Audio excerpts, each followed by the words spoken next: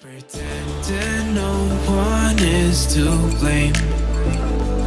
Too late to reignite our flame.